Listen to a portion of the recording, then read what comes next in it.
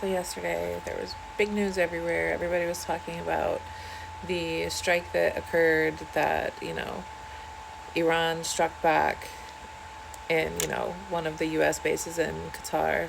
And, there were 14 missiles that were fired. That was the same amount that the US had struck in the bases in Iran.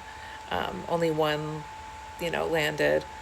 After that, President Trump came out saying that everybody, had kind of came together and agreed there was going to be a ceasefire, that the strike that Iran did in retaliation to the U.S. was kind of just symbolic, that they had to do something because otherwise it was like, a threat to their regime, all of that, but that there was a ceasefire. And he, regardless of political affiliation, I kind of think that the statements that were made were a little bold and braggart, and premature. And I say that because, the countdown clock came through where it said that, within 6 hours, the ceasefire will begin, the first part, and then 12 hours, and then within 24 hours, it will be complete. Neither side honored that.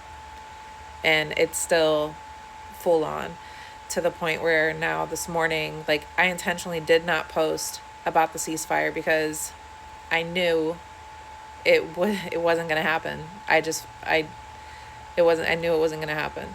And this morning, they're saying, it wasn't honored. And President Trump was interviewed before boarding Air Force One on his way to, the NATO summit. And he's pissed off and openly cursing, to reporters, basically saying, they don't know what the F they're doing.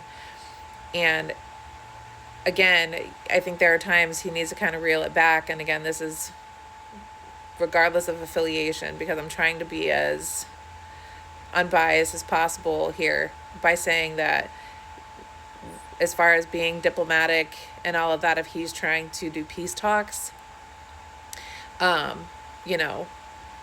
don't know, because he sounds like a toddler who thought he got his way and looked all mighty because he was coming out crying peace, peace, like he did it and was taking responsibility for orchestrating it and all of that.